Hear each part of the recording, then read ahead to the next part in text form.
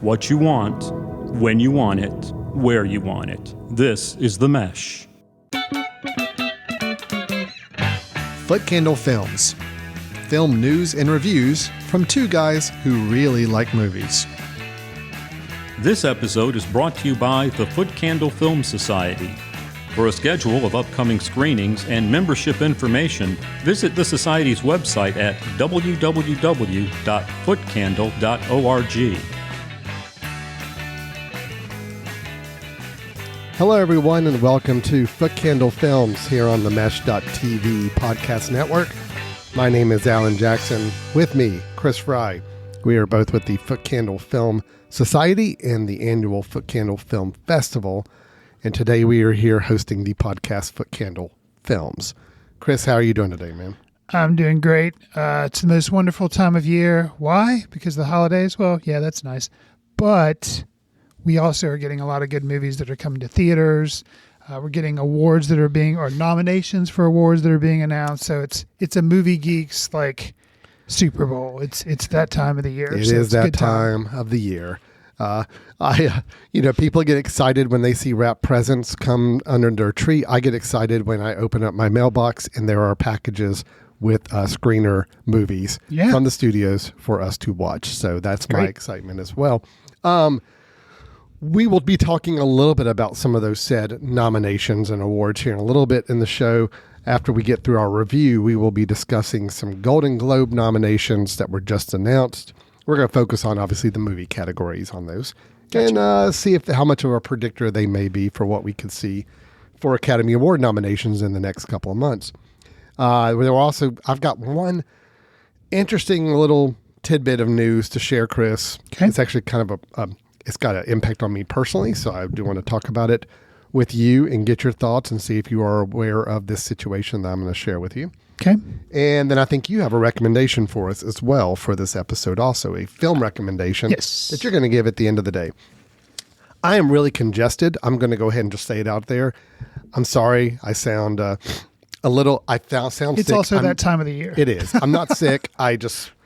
I'm just very congested. So my apologies in advance. My normally beautiful, sultry podcasting voice has been now diminished somewhat, and I apologize to everyone for that. But the main thing we're going to be doing today on the show, first and foremost, is a review, and we do have a review of the film Nuremberg. That is director James Vanderbilt, starring Michael Shannon and Russell Crowe, and Rami Malek as well. And we will be discussing this film Nuremberg here in just a second and giving our assessment and review of this.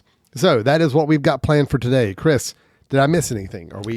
No. Got it all covered pretty good? I believe so. All right. Well, let's go ahead and get started with the first part of our show, which is the review of the film Nuremberg.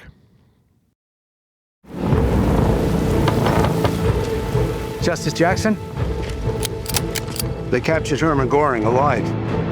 What are they going to do with him? You are standing inside a secret military prison. It houses what's left of the Nazi high command. Hey! Never do that in my prison again. The governments of Russia, France, Great Britain, and our United States will put these men on trial for their lives.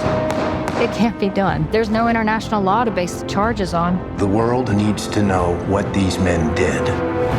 Dr. Kelly, Central Command thinks you're some kind of hotshot head shrinker. You will inspect and ensure the prisoner's mental health. The one you'll have to watch the closest is Göring. He was appointed Hitler's successor in 1939 and is the highest-ranking German military officer of all time. He's highly intelligent, Charming, and a narcissist. I am going to escape the hangman's noose. very sure of yourself. No man has ever beaten me. Nuremberg is directed by James Vanderbilt. I wasn't really familiar with James Vanderbilt, or at least I thought I wasn't, but then it turns out he also wrote Nuremberg, and he's written some other screenplays. Independence Day Resurgence. Haven't seen that film, but at least I have heard of it. But then he also helped write something called Zodiac, which was directed by David Fincher. So he's known more as like a producer-writer. He has directed another film before, but this is only, I think, his second feature film. So it's kind of, a newer hat that he is now wearing as director. You mentioned the stars that are in this. We have Michael Shannon, Russell Crowe, Rami Malek. The story of Nuremberg, as you may guess from the title, is a World War II psychiatrist, played by Rami Malek, evaluates Nazi leaders before the Nuremberg trials, growing increasingly obsessed with understanding evil as he forms a disturbing bond with Hermann Göring, who is played by Russell Crowe. Alan, Yes. we have seen a lot, you and I, over the years. We've reviewed a lot of films, but also World War II films. But I don't believe we've ever actually reviewed a film talking about the trial aspect post the war. There have been a couple of other films and TV movies, I think, all made. There's even one that's called Nuremberg, which is, I think, from the 90s. But no, we haven't discussed any of them or hasn't come up as a topic in our reviews. And I have heard of those other films, but I've actually never watched them. Same This was, for me, new exposure to this aspect of World War II, kind of the aftermath and the trial. So same here. What was your experience with the film and seeing this material for the first time on the screen? I will say the material, which, I mean, again, I'm going to kind of transcending the film itself, but the subject matter of the material is incredible. I found it to be very captivating what I was learning and hearing about on screen. I think the film is pretty good in delivering what it needs to deliver for this. I mean, I found myself on it. I'll just be honest. I was more engaged with the actual story I was being told as opposed to the way it was being told to me. Okay. I was more engaged with what I was learning about this process more than anything. And I think the film does a good job of putting you in this world of what was happening at this time and giving you the information you need to know to understand it. I think the film actually did a really good, it's a fairly complex situation. And I think the film does a pretty good job of boiling it down to make it digestible and easy to appreciate from a, quote, entertainment standpoint. I mean, I think the film did a good job with that. I do have some issues with the film, some things I think it stumbles on and did hamper some of my complete enjoyment of the film. But let me get the positives out of the way first. I think there are two actors in this film that I think are delivering some really, really good work.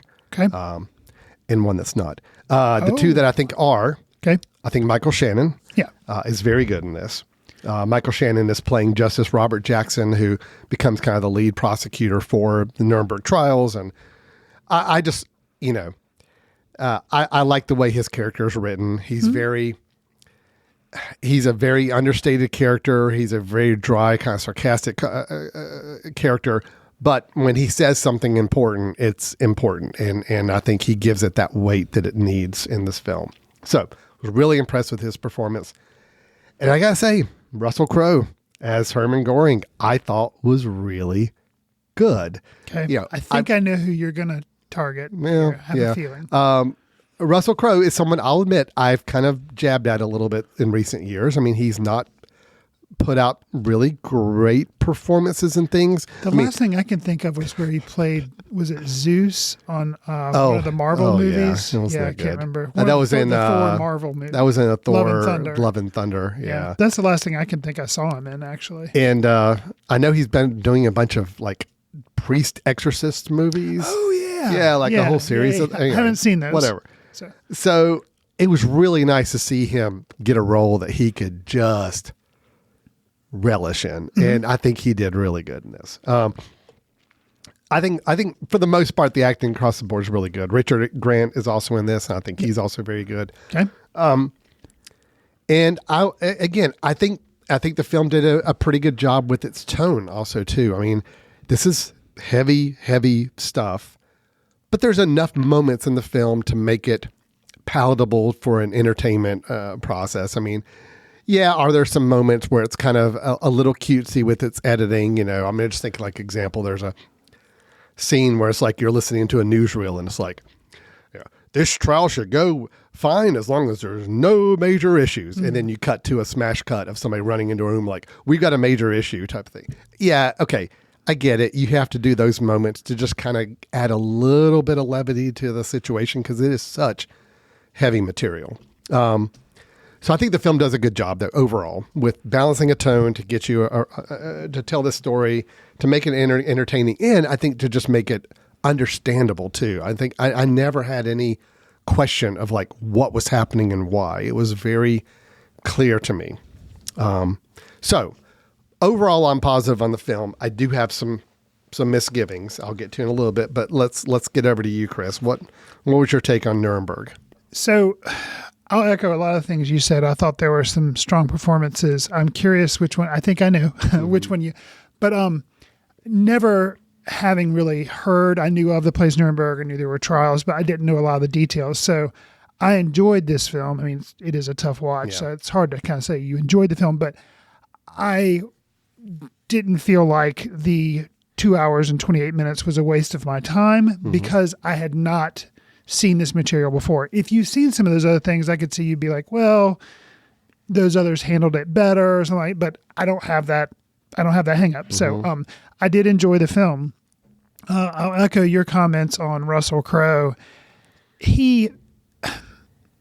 I think a lesser actor would have emphasized the evil more, and it's there, but I think the balancing act that Crowe does of he makes it seem like he's just really charming. However, regardless of how charming he's being, I felt like you could always tell there was menace there. Now, maybe it's just because he's a Nazi general. He was second in command to Hitler. So you have that, but still it's like you can see how he works on people, but you just very, I don't know. And there again, maybe it's just the knowledge that you bring to the film. But I thought his performance was really good. Yeah. I really enjoyed it, and like you said, Michael Shannon also on board with him. Before I get to the person who I think you're going to criticize, I'll say somebody that was pretty much new to me, or at least I think is new. I didn't do a lot of researching. His face was kind of familiar, but not overly familiar. Leo Woodall, who plays Sergeant Howie Treast, he has kind of a role. At first, he's just kind of a chauffeur. He's driving the chauffeur, translator. He's driving Douglas Kelly, played by Rami Malek, the psychologist guy. He's driving him around. They have a little bit of interaction. But as the film goes on, it turns out he maybe has a little bit more vested interest in what's going on. And I enjoyed that. I thought that was interesting. I thought he did a good job of kind of shifting, giving us a little bit of character arc. So I'll quit beating around the bush, and I'll come to who I think you're probably... Well, yeah, and can I set this up a little bit too? Because it's a bigger issue with me with this than just the actor in this one role. Okay. This is a film, for those not familiar with the book it's based on. It is actually based on a book. Right. The book is all about the relationship between a psychiatrist that they bring in. Once it's kind of known that these members of the Nazi party that are going to be tried, they bring a psychiatrist with the number one goal of that psychiatrist is basically, we want to make sure nobody kills himself, commits suicide. We want you to kind of evaluate these people. We want to make sure that they're all of we want them to stay on trial. We want to stay on trial. We don't want anybody cashing out early on this because we need to have a trial. Right. We need this done right, and we want to make sure that you're kind of keeping an eye on them. And so they bring in Douglas Kelly, played by Rami Malek. So the movie really is two stories, and I think they do a pretty good job of blending the two. You've got the Michael Shannon, Justice Robert Jackson, the whole process of how are we going to do this? How are we going to try this? It's never been done. Yeah. Has to be done as more of a tribunal. It has to be kind of done outside of the United States government. It has to be kind of on a worldly level almost. And you have to have members of the other nations there acting. It's crazy. So that's a whole story in itself. Sure. Yeah. And I thought that's fascinating. That's interesting. And that everything served well on that.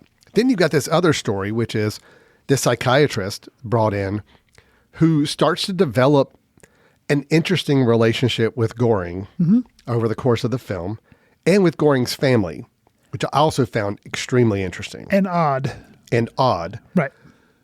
This is where I think the film stumbles, and it does disappoint me because I'm fascinated in this side of the story, but I think the film doesn't know how to really let that part of the story exist on its own. Okay. And I think the film is just trying to do a lot. It's a long film, and I feel like it still goes really quick, and there are like quick beats, and it's like people are being introduced left and right, and it's like, wow, this goes really fast for a 2-hour, 20-minute movie. Yeah. Yeah. And I am a little fearful that maybe if they could have just honed in on one of the two stories a little bit more, it could have really worked a little better. I think Rami Malek was completely miscast for this role. I did not buy his performance hardly at all in this movie. Douglas Kelly, the way that's supposed to be portrayed in this film, when we first meet Douglas Kelly, he is a kind of a rascal. He's a charmer. He is kind of arrogant to some degree. And it's like, I'm sorry, Rami Malek, I do not feel like can pull that off at all. I don't feel like that works. I did not feel charmed by this person. But then over the course of the film, the Douglas Kelly character is also supposed to be introspective, and we're also supposed to understand or a little bit more about this relationship he forms with Goring and then Goring's family. And all of that I felt like was just so quick and kind of slapdash. It's like I never bought their relationships he had with any of the Goring family.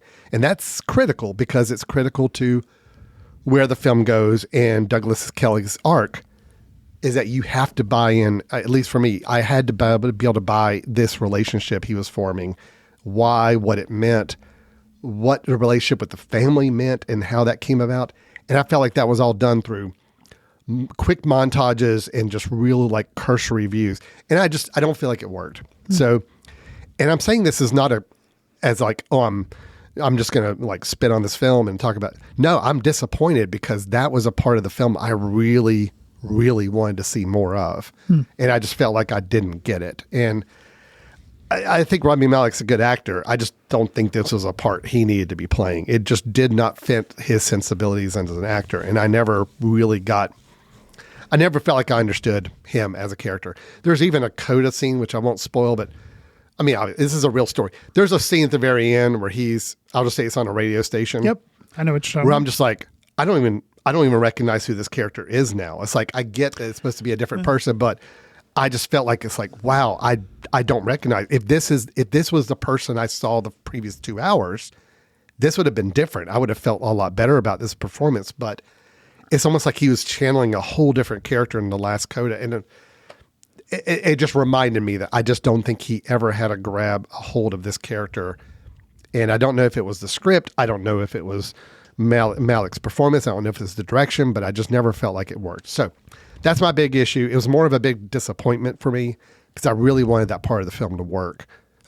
Otherwise, the film still works. It's just, man, that's a juicy subject matter to dig into, this relationship between Kelly and Goring, and I feel like it just stumbled. So anyway, Chris, do you have any thoughts on that, or do you agree, disagree with me on that?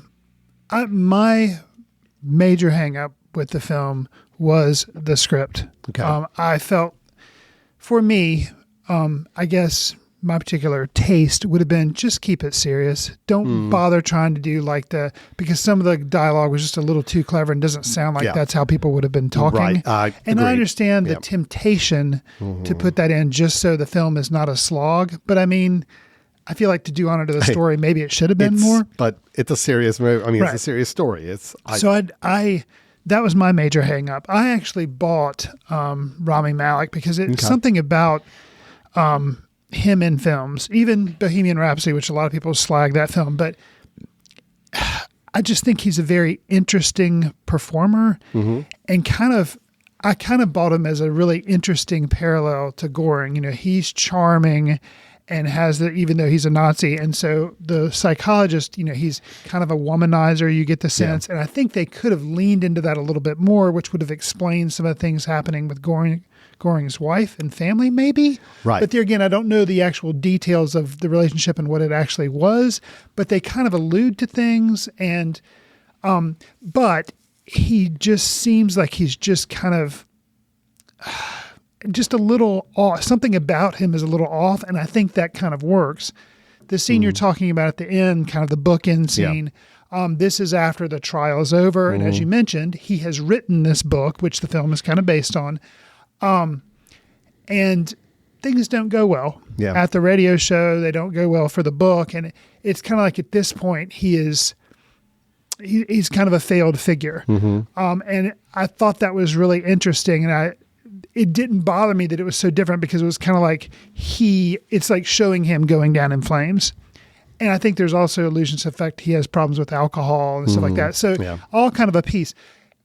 To say it worked for me and the things that maybe felt a little rushed and stuff, it was all like I put the blame on the script. Okay. So, and I mean, I knew the blame. I feel like the blame has to go somewhere. If you're saying the script, I'll go with you. It's probably the script. Well, no, I can see you saying the things about Ronnie. I just maybe was a little bit more on board with it. But, it just didn't work for me. And again, I'm not saying. I mean, actors have range. I mean, I'm not saying Rami Malek can't play a charming womanizer type of thing. He didn't pull it off for me in this movie. I didn't buy it. I didn't buy it. I felt like I saw somebody trying really hard to play a part that he was not comfortable playing. Sure. That's what I saw. So, Something else that was kind of an interesting, from the outside world, the real world, that kind of impacted my thoughts on this film as I continued to think about it.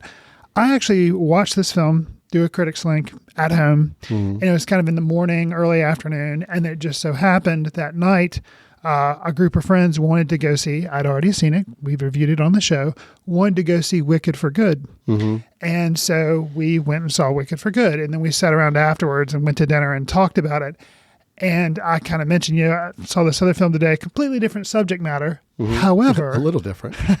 However, talking about power and how it affects people, and like Wicked for Good, obviously, as we talked about on the show, the wizard in there and how he controls people and how people follow along. There were just a lot of really interesting parallels. You talk about two totally different films, but yet there's some very interesting. Well, Chris, you want to get into interesting categories. I mean, there's a reason why this movie is released right now. And I feel like, and there's a speech at one point about the nature of, it actually kind of culminates with that radio interview at the end. It does. Like it is some messaging that I think it's trying to kind of speak to culture today as well. So and I think that radio, the kind of the speech, the kind of diatribe that he goes on there. And then I went and saw Wicked for Good that night and saw the wizard talking in that one scene where he's talking about wonderful and and I'm just like, woof. Yeah. It's two totally different ways of delivering similar messaging. A warning. Yes, a warning message. Yeah, is what it is. I give Nuremberg a lot of credit because I know having a very, very heavy subject matter, having a very complex story to tell. Sure.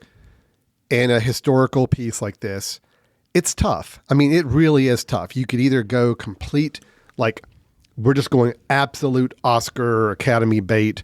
We're going to go as deep as we can on this thing, or we want to go as entertaining as possible with it. And I think this film does an okay job of balancing the line. I agree with you. It does sometimes get a little too light or jokey for my taste. There were some times it's just eye rolls on, on some line deliveries or scenes. But I think it's just really trying to make this all palatable for a wide audience. Sure.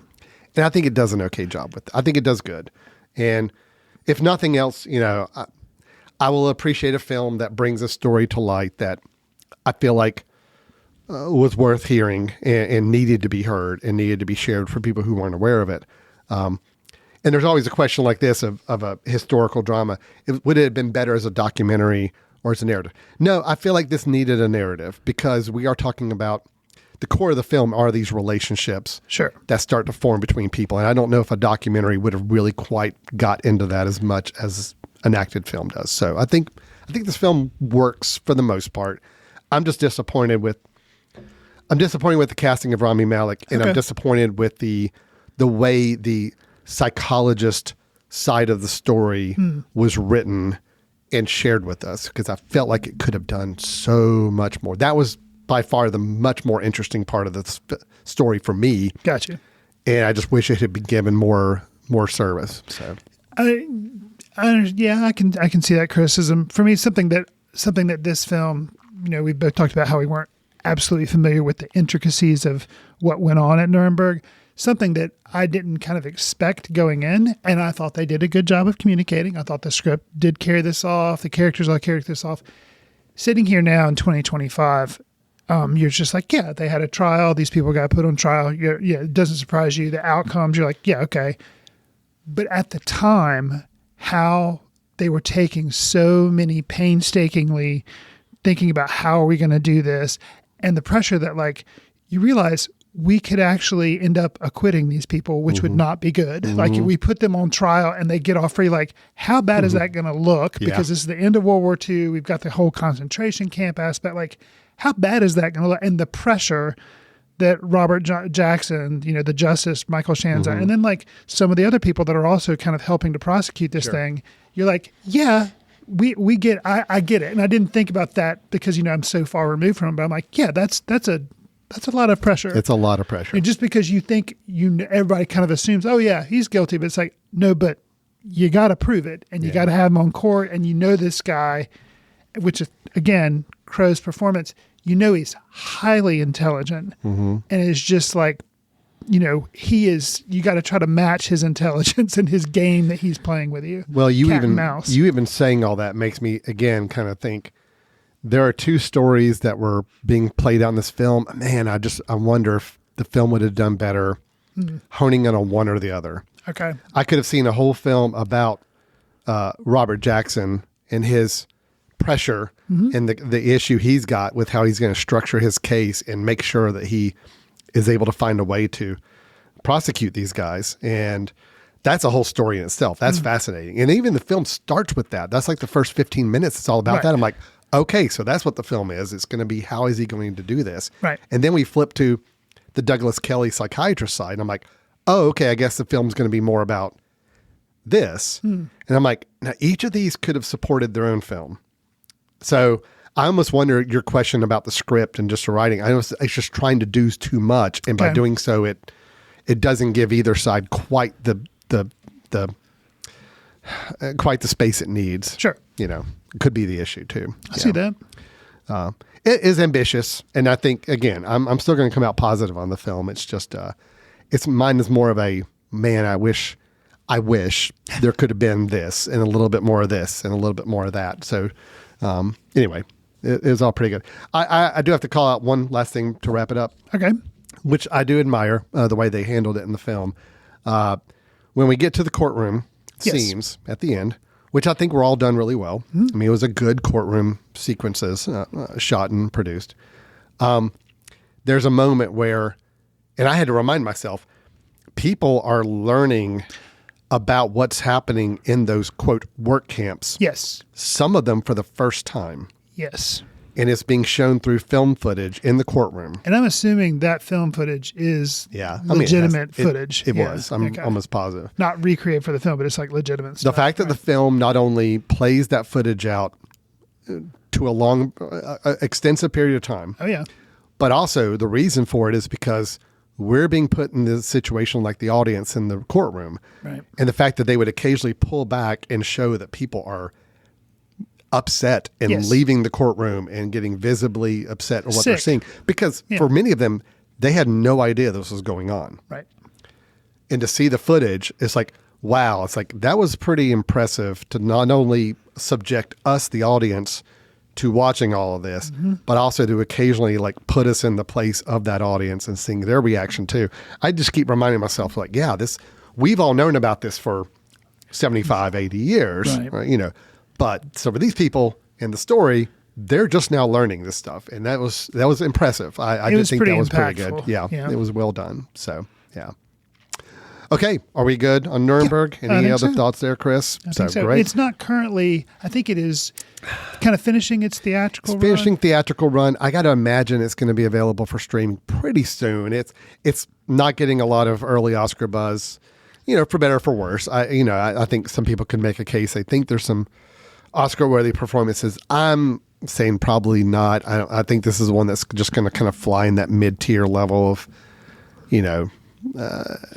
acclaimed film, but not going to get a lot of awards at the award season.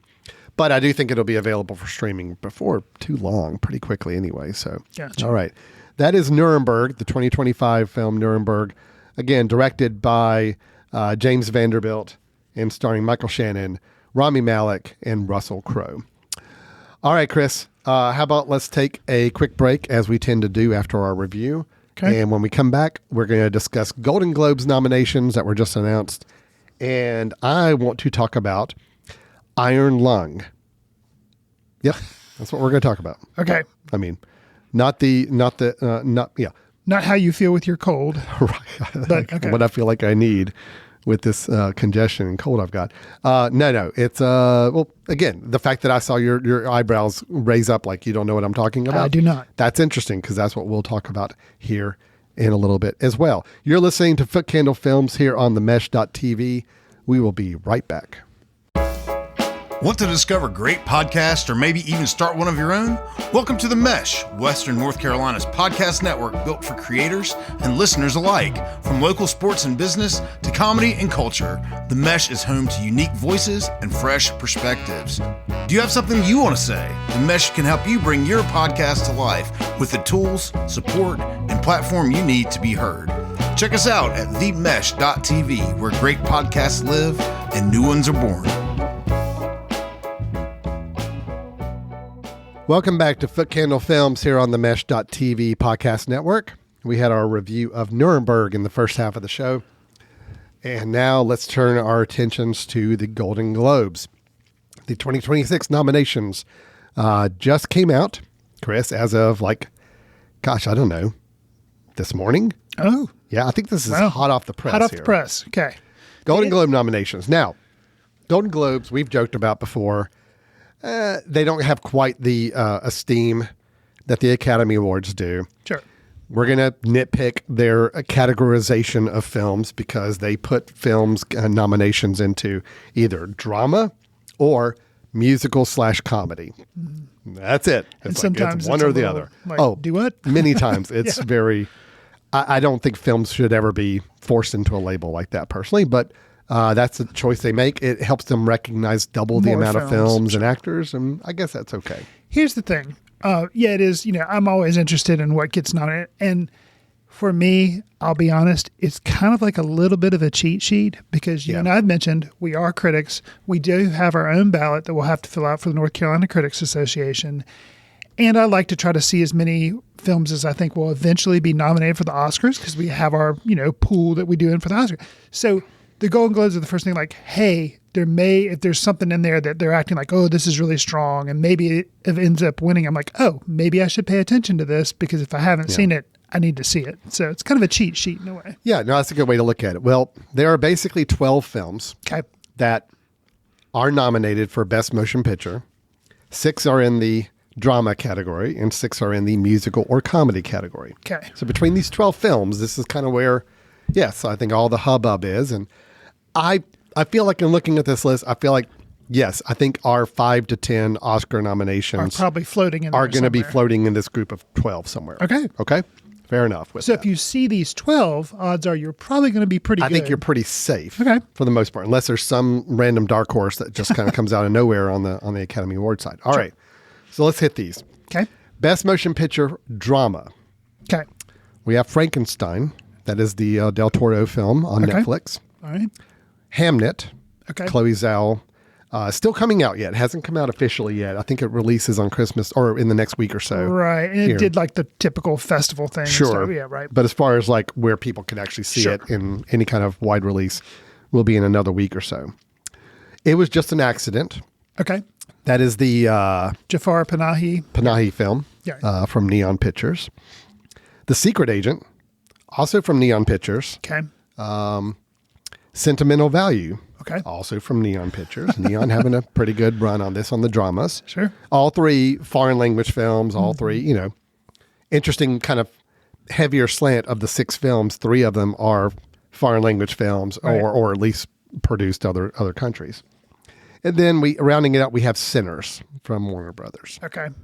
That's your Best Motion Picture Drama category. But okay. And we all know that music was pretty integral in Sinners, but okay, drama. All right, Right.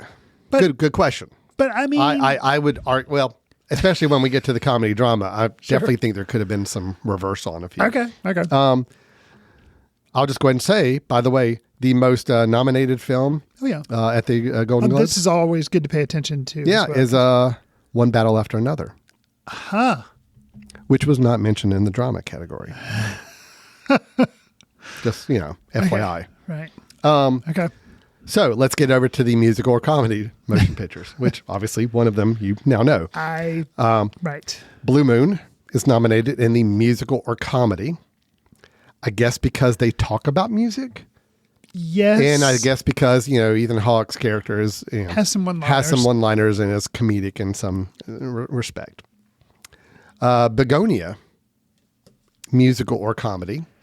Okay, don't remember there being a musical number. No, but I'd say about the darkest comedy you could possibly get. But yeah. Which Lanthimos kind of, yeah, sure. Marty Supreme. Now, this is one we haven't had a chance to catch up or really get any feel on for May 24. That is releasing officially Christmas Day. I think it made my top 10, anticipated films of 2025.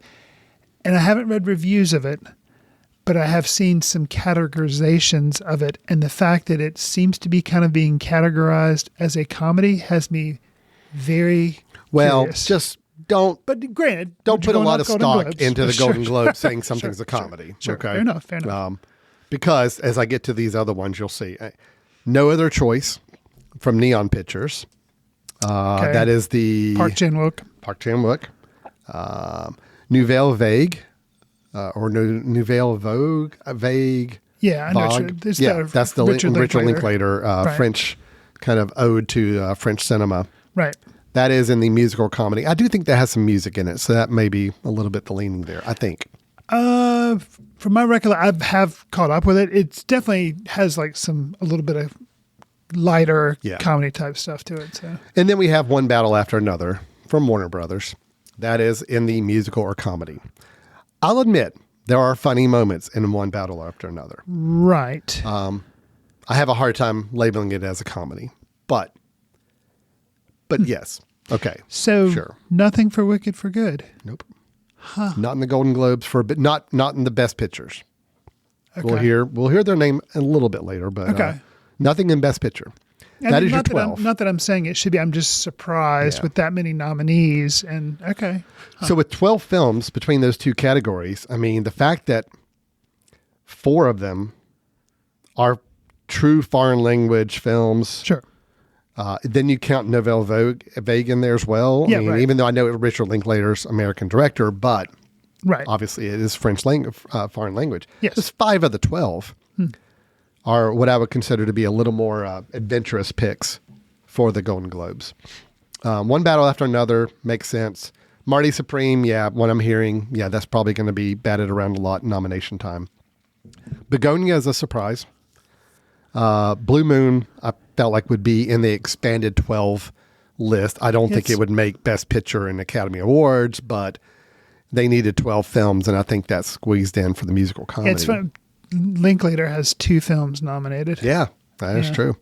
Sinners I knew would be in here.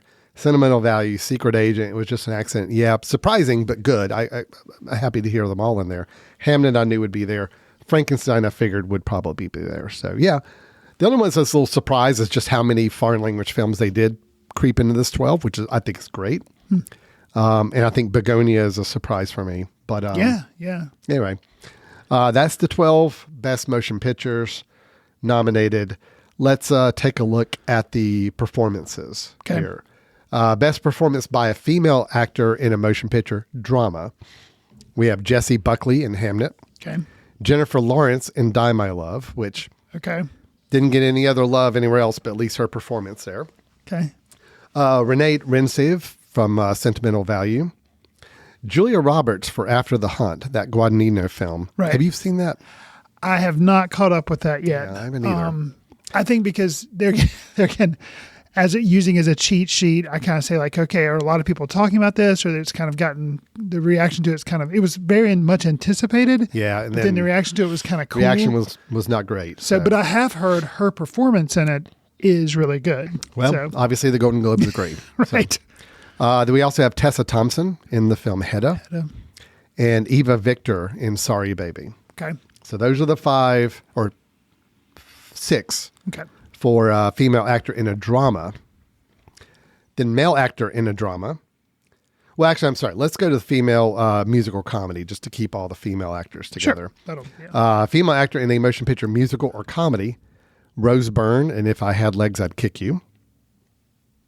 Comedy. Oh, laugh out loud. Dark comedy. Super okay. dark comedy, Sure. yes. Yeah, okay. Here we go. Cynthia Erivo for Wicked for Good. Okay. Kate Hudson for Song Sung Blue. Okay. Chase Infinity, One Battle After Another. Right. Laugh out loud comedy. Yes. I think between, of all the things I we get loved, it, yeah. like, okay, there is enough, I still think it's a drama, but if they're trying to totally. figure out how to split it into 2 categories, I'm like, all right, well, there's enough funny moments in One Battle After Another. Let's cram it in the comedy. Sure. Amanda Seyfried for The Testament of Anne Lee. Now, this looks to be a very serious film, but I do think music is an element of it, so I think they kind of wove in that part of it. Right. Is my guess. I haven't seen the film I yet, haven't seen it either, but so I'm interested to see it. yeah, same here. And then Emma Stone for Begonia, which that makes sense. Sure. I'm okay with that. So that was the 12 actresses or female actors. Okay. Drama and musical comedy. Got you. Then we've got the male actors. Male actors in a drama. Joel Edgerton with Train Dreams. Oh, good. You've seen this? Yes. Okay. Recommended it. That's right, you did. Yeah, just last week, I think, or so. Yeah. Oscar Isaac for Frankenstein. Okay. Dwayne Johnson, The Smashing Machine. Okay. Okay. Michael B. Jordan for Sinners. Wagner. Did they say which role? No. Yeah, that's right. No. Wagner Moura for The Secret Agent. And Jeremy Allen White for Springsteen, Deliver Me from Nowhere. So Springsteen, Deliver Me from Nowhere, kind of falls in the same category as After the Hunt. Yeah. People were talking about that biopic that was starring Jeremy Allen White, and we'd seen, I think maybe we discussed the teaser maybe here on the show. We talked about the trailer, but yeah. And then film was released, reaction kind of cooled, and so I do want to eventually catch up with it because I like Jeremy Allen White. But yeah, so okay. Yeah. And I see, obviously, Springsteen is music, so I see how it followed into. Well, no, it's that in was the drama. That was drama. Okay, well, all right. Yeah. I still need to catch up with Train Dreams and Secret Agent. I have not seen yet. And I do want to go back and visit Springsteen as well. Okay. Now let's flip over to male actor in a musical or comedy. We have Mr. Timothy Chalamet from Marty Supreme. Okay. Which makes sense. They put him here because they put Marty Supreme in the comedy thing. So yeah. George Clooney for Jay Kelly. Okay. I mean, look, it's a quote lighter drama, right, with some lighter moments. Sure. So I can be okay with that. Sure. I guess. Leonardo DiCaprio, One Battle After Another. Okay. Ethan Hawke, Blue Moon. Lee Young-hun for No Other Choice. And Jesse Plemons for Begonia. Overall, I'm really surprised all the love for Begonia. I liked Begonia quite a bit, but I'm just surprised it's falling in the category of 12 best films so far this year. For Golden Globes, that's the thing. Usually, it's more of the broad appeal type stuff. Typically, this year, year's a little more because there's a lot more foreign stuff in there. And Begonia, I don't feel like that many people saw it. No. So yeah, not many people saw it, and the reaction to it was positive, but not over the moon. I mean, it's definitely not seen as one of Lanthimos' best films by a lot of critics. Right. But it is super dark. So yeah, I was really just surprised. The Golden Globes this year, I'm going to go ahead and say it. I'm kind of happy with their selections. Okay. Yeah, from what I've heard, yeah. I don't want to reignite our Wicked for Good discussion, Chris. We put that to bed a couple weeks ago. Sure. But I'm kind of happy it's not getting any more love than what we're hearing. Well, overall, even you and I did agree on this. First film better than second film. Yes. So, I'm not surprised. I would have been surprised if it didn't get any love at all. But the fact that Cynthia Erivo, she did get, so that I think that's, Yeah. Do they do songs and stuff like that in Golden Globes? Or do they just focus they do on score? films? Okay. Yeah, they do a song. Okay. Yep. I'll mention those real quick in a second. I would figure that they'd get a little bit of love there, maybe. Let me just run through these other film-related categories real quick, just to kind of hit them. Yeah. Best Director. Okay. We have six. Six seems to be the number for all these categories. Six Best Director for Motion Picture. Paul Thomas Anderson, One Battle After Another. Ryan Coogler, Sinners. Guillermo del Toro, Frankenstein. Jafar Pahani for It's Just an Accident. Joaquin Trier for Sentimental Value. Chloe Zhao for Hamnet. Okay. There again, the fact that half of them are, two of the six are foreign language films and directors. Great. Del Toro is technically a foreign director, by all measures there. Chloe Zhao. I love the diversity of what we're seeing in the directors here. I think it's great. Sure. I'm very happy with that. Screenplay for Motion Picture. Paul Thomas Anderson, One Battle After Another. Josh Safdie and Ronald Bronstein for Marty Supreme. Okay. Ryan Coogler for Sinners. Jafar Pahani for It Was Just an Accident. Joaquin Trier for Sentimental Value. And Chloe Zhao for Hamnet. So almost identical, to the directors. Quick little aside there for It's Just an Accident and Jafar Panahi. He won, I believe, a Gotham Award for that film. I don't know if it was for the picture or for Best Director, can't remember. And Paul Thomas Anderson won for, I think, an award for something. So anyways, Jafar Panahi, I couldn't be happier. I've seen the film. I liked it. But, his whole thing, he's an Iranian filmmaker. He's been in prison. He's out now, but he has been sentenced, if he goes back to the country, to be put back in prison because they were not happy. So just the fact that he's able to make his art, he's able to make these films, and he's telling these stories, and it's just kind of like, I admire him being like, nope, I'm gonna do this. That's and great. I'm going to, so it's, I'm happy to see them, a lot of notice for that film and for him as a filmmaker. Agreed. So. Absolutely agreed. Best Original Score for Motion Picture. We've got Frankenstein, Sinners, One Battle After Another, Hamnet. Those four seem to be kind of in every category right now. The only two that are a little different, there's a film called Surat.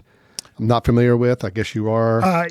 Foreign film, and it's on my list to check out. It sounds interesting. Well, it is nominated for Best Original Score, as well as F1 by Hans Zimmer. Okay. Good. And then Best Original Song, last one I'll mention. Sure. There is a song from the upcoming Avatar, Fire and Ash, called Dream as One. Seems to be a Miley Cyrus song. Interesting. It is already nominated for Best Original Song. We have not heard it yet. Nope.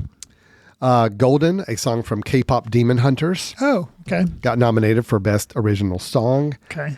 I Lied to You from Sinners.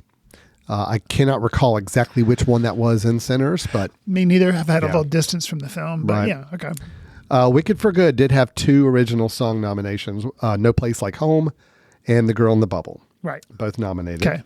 And then Train Dreams, the song Train Dreams, by Nick Cave. Yeah, it's great. Okay. That's great. Good. I'm glad to see that got nominated at least. So overall, what I'm seeing in these Golden Globe nominations, there appear to be these 4 or 5 films that are like in every category that are pretty much going to be the one. I feel like we can safely say they're going to be Oscar-nominated films. One Battle After Another. I think Frankenstein will get some Oscar love when it comes down to it, just because of the production and the scope of that. Right. Hamnet, I think, is going to get a lot of love. I think Sinners.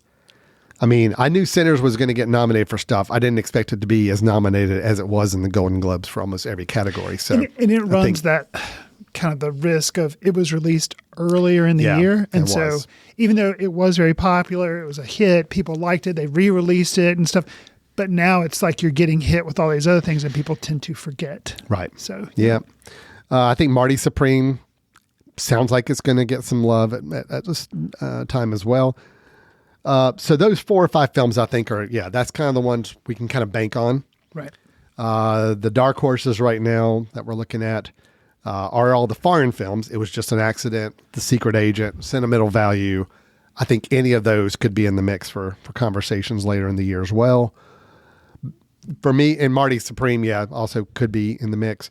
For me, Begonia is just the real big surprise here, how much love it got. But and I think there again, maybe it's because he has the track record of The Favorite and Poor Things. So he's kind of like, his films now, because he has made it's a little more expected. It's a little more expected that his films are going to be more events. Yeah. So, all right. Well, that is the Golden Globes. I don't know when the ceremony is. I should probably know that. Always before the Oscars, though. Yes. Oh, yeah. January 11th. Okay. January 11th, the Golden Globes will be announced on CBS. Okay. So we will look forward to that. All right. Overall, I'm pleased. This is not a groan-worthy year of nominations. I think they've definitely stepped away from it feeling like it has to be the most mainstream picks. They picked some interesting films in there. And I think the 4 or 5 films that they've really kind of honed in on, I think are probably going to be the best 4 or 5 films of the year. So I think we're on the right track there. So gotcha. Good. Okay. Chris, before we get to your recommendation, I just have to bring up one quick thing. Iron Lung. Okay. As I say those words, if we have any listeners that are younger than us, that are YouTube aficionados, probably they're already very aware of what we're talking about. Okay. But for you and I'm going to educate us. Okay. And the reason I bring this up, so there's a film coming out in January, a horror sci-fi film called Iron Lung. It's been in the works for over 2 years. Wow. A director, Markiplier. Okay. Yeah, so single name, whose real name is Mark Fishback, but in YouTube, he is a creator known as Markiplier. Okay. He produced, wrote, and directed, edited, financed, and stars in Iron Lung. Okay. The film is based on a 2022 indie horror game of the same name. Based on a game? Based on a game, a horror game. Okay. So, Markiplier, don't know how to properly pronounce his one name word, but I'm sure I'm going to get chastised by anybody at least 10 years younger than me after this. He is self-distributing the film. Okay, this is the reason I bring it up, Chris. He's a YouTube creator. He's a YouTube creator. So would he not just distribute it on YouTube and everybody would pay? No, he wants to go to independent theaters across the country. Okay. Which is how it relates to me. Sure. Being an owner of I am a theater. said independent theater owner. Gotcha. We are recording this right now next door to said independent theater. Yep. In the last week, we have received at least 7 or 8 emails from random people, all requesting this film. Interesting. Now, can you tell they're actually real people? I'll just say they something. sound very similar in their messaging. Okay. So I do think it is a coordinated effort. Okay. But for example, I just here's one that actually just came in while we're recording right now. Nice. Saying, "Hello, my name is so-and-so. And I was wondering if your theater will be showing the film Iron Lung when it comes out in January. If not, is there any possible way for you to show it when it does come out? Hope to hear from you soon, and thanks for taking the time to read this email." Another email. That sounds... Another email I got almost exactly. "Hello, I was contacting you guys to see if you would be playing Iron Lung. It was made by Mark Fishbach. It's said to be released in January. If not, is there any chance I can request it to be played?" Another one. "Hello, I am writing a request that you consider booking this film. The film is produced by Mark Fishbach, who has an enormous audience, 36 million plus subscribers, and is self-distributing the film specifically to independent theaters like yours. There's a significant local community of fans here in the surrounding fill-in name of city, Newton area, waiting for a place to watch it." Waiting for a place to watch it. Anyway, all these started coming through, and I'm just like, what is this film? I mean, we get recommendations of films all the time, but to get like 8 or 9 coming in a week, I'm like, all right, something's... Anyway, so I did research it, and that's what it is he is self-distributing it. So he is going to every independent movie house he can find and trying to get this film played. I'm curious. I'm very curious. Now, the one thing I've heard about this film, at least what they're saying about it in their promotion of it, is that it is It's all soundtrack to Muppet movie music. Right, yeah. No. He added that the Iron Lung holds a world record for, quote, the most blood in a horror movie, or any movie for that matter. Okay. So, interesting. So you knew nothing about this. Yeah. You never heard about it. Are you familiar with Markiplier? I don't believe so. Okay. No, I don't. It doesn't. No, I'm not familiar with it. The description of Iron Lung is, quote, the stars are gone. The planets have disappeared. Only individuals aboard space stations or starships were left to give the end a name, the quiet rapture. After decades of decay and crumbling infrastructure, the consolidation of iron has made a discovery on a barren moon designated AT-5, an ocean of blood. Hoping to discover desperately needed resources, they immediately launch an expedition. A submarine is crafted and a convict is welded inside. Due to pressure and depth of the ocean, the forward viewport has been encased in metal. If successful, they will earn their freedom. If not, another will follow. This will be the 13th expedition. All right, that's up. I mean, for an independently produced, financed, that sounds rather ambitious. Yeah. Because it sounds like there's going to have to be some, special effects, and it's, the fact that it's not just a horror film, but it's a science fiction, then you've got to kind of carry that off, and apparently takes place out in space. And all that. So, I mean, I know we can do green screen, all that kind of stuff, but still, yeah. Is there a trailer? I haven't seen the trailer. I don't think there is one for it yet. Okay. Yeah, and I mean, no, there is a trailer. Okay. I'm sorry, there is a trailer. I have not seen the trailer, but I have to watch it. The trailer for Iron Lung was released in October 2023, so might have been an early concept kind of thing. I see. For it. I haven't watched it yet. Okay. I mean, we're probably going to bring it. I mean, it's January. Right. It's late January. There's very little that kind of stumbles into the theater in late January anyway. And I mean, who knows? Well, and for an independently produced film in a time when there is kind of after all the big Oscar buzzy stuff's released, you have this kind of zone where you're looking for content. If said audience does exist. Yeah. Interesting. Hey, self-financed, independently produced film? Sure. Let's give it a shot. Let's see what happens. That's great. That is interesting. Okay, so that is Iron Lung. That is coming out in January. We will see what happens with it. It could be one of those things. If they pull this off and they actually are getting it to all these independent theaters across the nation, it could be one of those success stories of a film that actually breaks into a top box office just through independent, self-reliant methods. And that's a good story. So I'm all for that. Sure. So, okay. The horror version of My Big Fat Greek Wedding. Right. Oh, yeah. So, yeah, exactly. Yeah. Very similar to that. Okay, Chris. Well, I think I'm done with news for now. Okay. We are at the last part of the show where you like to regale us with a recommendation of a film you think we should check out. So I'm going to turn it over to you. Okay. What is your recommendation for today? I am going to recommend a film that did come out this year from Derek C. in France. It is Roofman, and it stars one Channing Tatum. This film did have events that took place in North Carolina, so I was wanting to check it out for a long time because me living in North Carolina, I remember briefly that this had been talked about on the news, but the story is, and like I said, based on actual events and terrible decisions. That's actually the byline of the film. A former armor ranger and struggling father, this is played by Channing Tatum, turns to robbing McDonald's restaurants by cutting holes in their roofs, earning him the nickname Roofman. He escapes from prison and secretly lives inside a Toys R Us for 6 months. This is what he did in Charlotte, North Carolina. So the film I thought was interesting. It does I could see some critics being critical of it because it has a lot of humor in it. And you're like, oh, do they just give this guy a pass when he is a con man, he is a criminal? But I think it does a good job of still saying, like the byline implies, he makes some terrible decisions.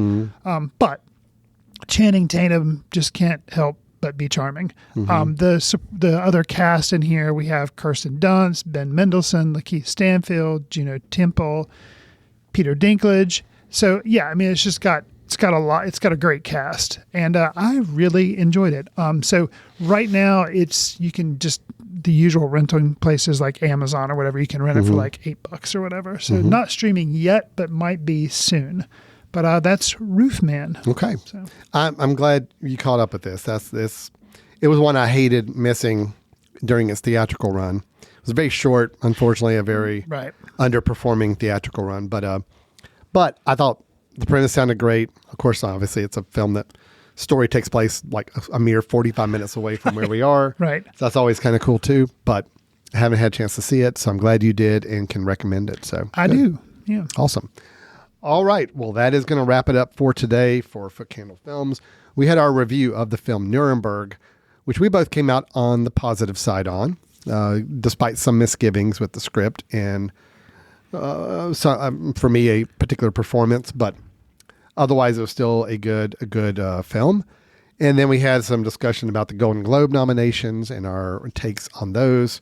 The film Iron Lung coming out in January for independent cinemas. And then Chris's recommendation of Roofman. So Chris, if anybody heard all the stuff we shared with them today and says, you know what, I'm going to chime in on this conversation. I've got thoughts. Tell us how big a fan you are of Iron Lung. Yeah, please. I want to learn more. Please fill me in. So how can they do that? You can send an email to info@footcandle.org. You can leave us a voicemail via the contact page on the mesh.tv website. You can follow us on Facebook at Foot Candle Film Society, Instagram, Threads, Blue Sky, Twitter. We're just simply at Foot Candle Film. Al and I are also on Letterboxd, where we try to track what we're seeing and leave quick takes. If you'd like to check us out there, do us a favor, give us a star rating, write a review, and share with friends whatever service you receive your favorite podcasts on, because it'll help us reach new listeners, and we'd appreciate that. I will say that the 2026 Foot Candle Film Festival is already starting to get submissions in. If you are a filmmaker and want to submit, you have until the end of December to go with the early bird rate or whatever, and then after that, you can still submit, but the fees do go up for submitting. So got a little bit of time left in December, so I encourage filmmakers to submit. And the dates for that festival, because we always try to promote it way ahead of time, September 18th through the 27th of 2026. All right. There you go. A lot of ways to connect with us and follow us and be a part of what we're doing. So with that, we're going to go ahead and wrap it up. Thanks, everybody, for listening. We will look forward to talking to everybody next time we get together here on Foot Candle Films. Until then, take care. See you in the ticket line. Watch films in the company of like-minded people in the dark. Watch films in the underground. We won't let anyone know where you are. The films that don't make it to Carmike at the mall, or ones that were famous when Grandpa would watch films out of the reverence of the heritage of an art. Watch films through the courtesy of Foot Candle Film Society. Special thanks to Carpal Tuller for the show theme music. For more about Carpal Tuller, visit www.carpaltuller.com. You've been listening to The Mesh, an online media network of shows and programs ranging from business to arts, sports to entertainment, music to community. All programs are available on the website as well as through iTunes and YouTube. Check us out online at themesh.tv. Discover other network shows and give us feedback on what you just heard.